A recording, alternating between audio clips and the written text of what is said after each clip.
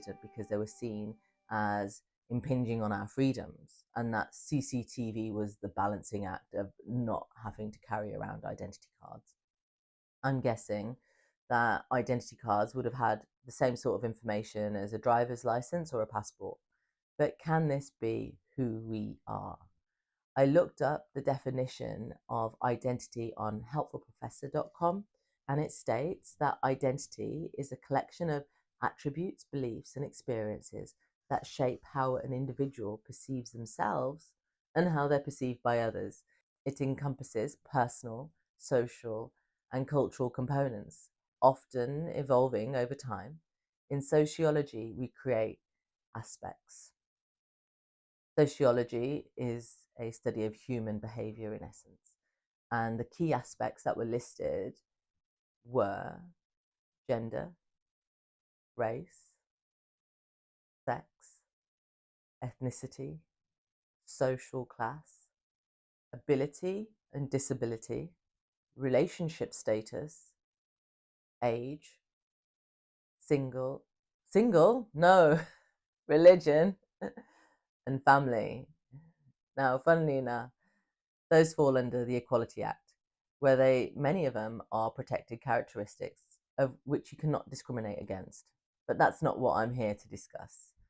When I was younger, I don't think my identity really came to mind that much. I knew I didn't look like the people on TV, that's for sure. But other than that, not really. I appreciate now it plays a bigger role about who we are, and partially that's because we have so much access to the information, and that's no bad thing. There's a lot of emphasis around pronouns and race, and if I was to give you 30 seconds, what would you list as your identity? Have a go.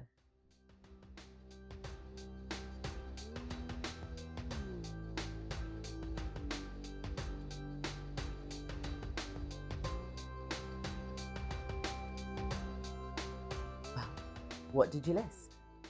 I'm guessing your name, sex, how old you are, where you're from, a little bit about your position in your family.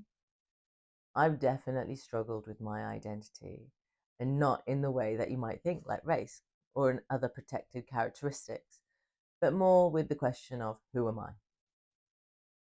I definitely labelled myself in the past as an architect, and I've led with it. A dragon boater, I've led with that too. Recently, it might have been a bit more of a yogi. A sister for sure. And then very quickly it moved into labels like little sister and baby of the family. But if we rewind a little bit and go backwards, the moment we're born, we're given a sex, we're given a race, and we officially start the aging process. Our parents might bring us up within their religious beliefs, and we might end up supporting the same football team as them. Football can be considered as a religion as well. But are these things us, the true us? There is a point of separation that can occur in teenage years when children start thinking a little bit more independently and about their circumstances. And this can cause the odd disagreement in the family dynamic, where the teenager might challenge the status quo. As I said, I didn't really know about identity, but what I did know was labels. And I had loads of them. Oh my days. They were gifted to me or dumped on me like lead balloons. Some of these I've been carrying around with me for years, even decades. And they became so entwined with who I thought I was that I didn't like the person that I was seeing when I looked in the mirror. And yet, this person, I knew it wasn't me. For sure. It was just other people's labels stung. Something that they might have said and that they wouldn't even remember.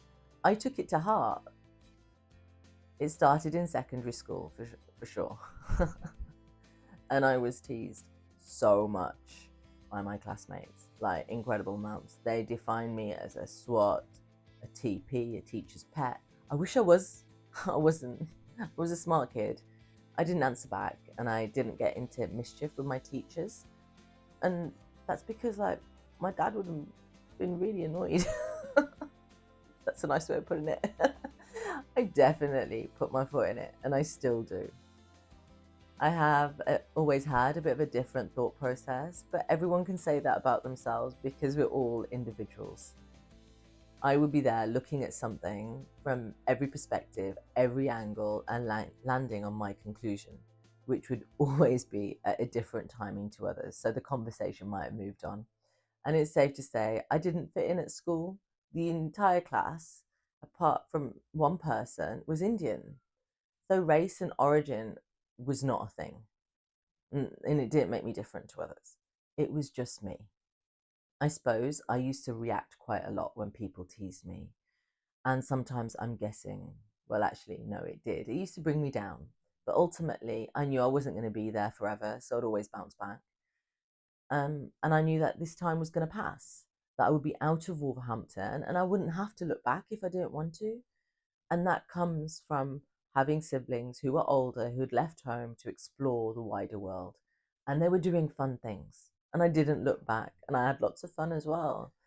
I love Wolverhampton, and it holds all the people that I care most deeply about. And so I'm always going back there. But the labels that others gave me really started to stick when I was a bit older, and they were pretty harsh. They were generally associated from workplaces and probably began at university. And as I progressed through my career and led teams, my teammates, who people who would work for me would call me a hard beep or a beep boss, and they thought it was okay. And these people were people that were my friends, and we used to go out for drinks and have a right giggle.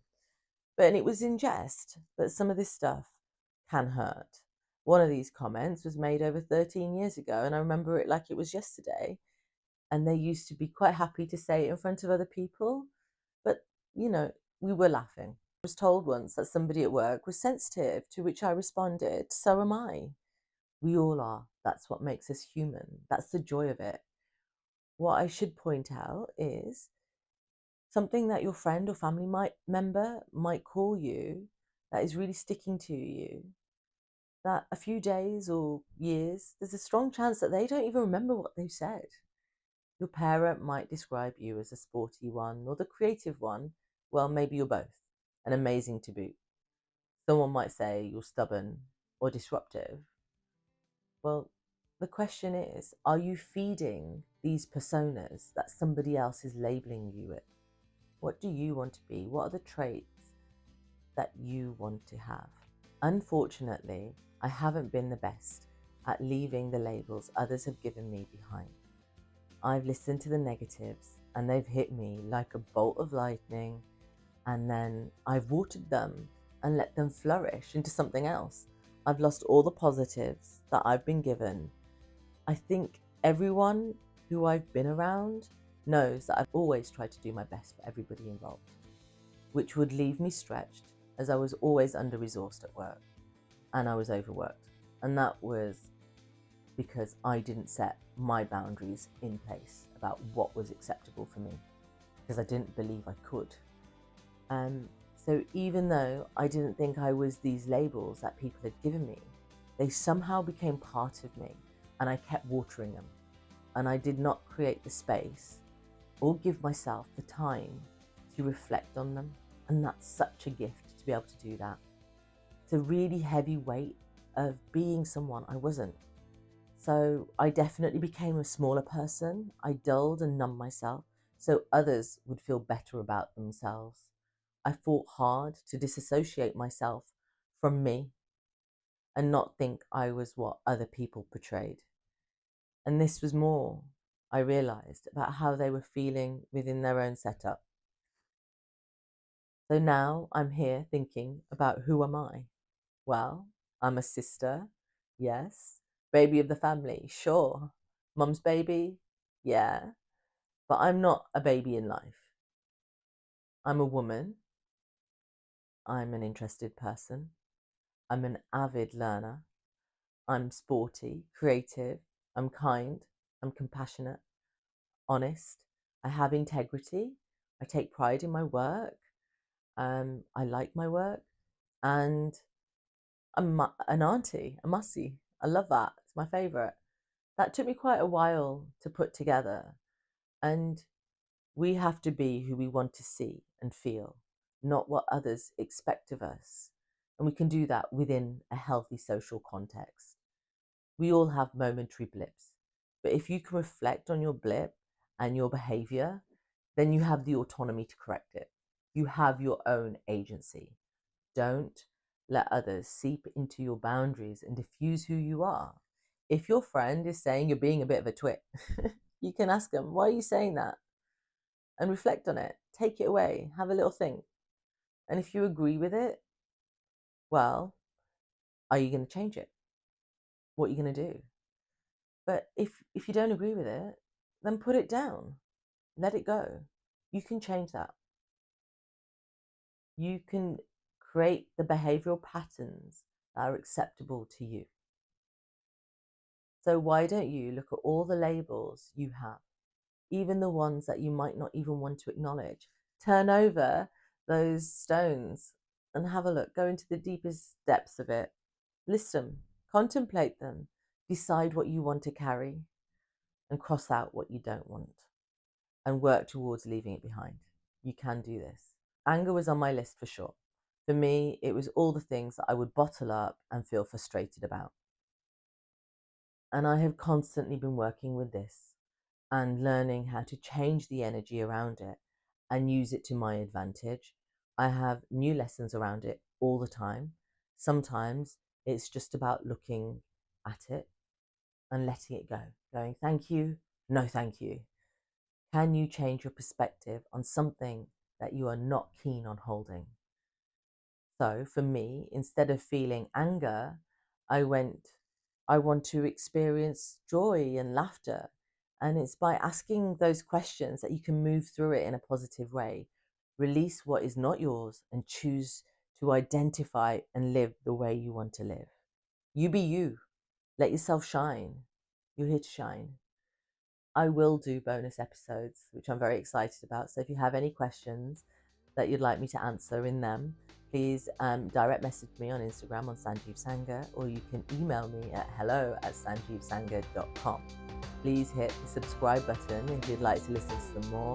And thank you for listening. Have a top-tastic day. Yay!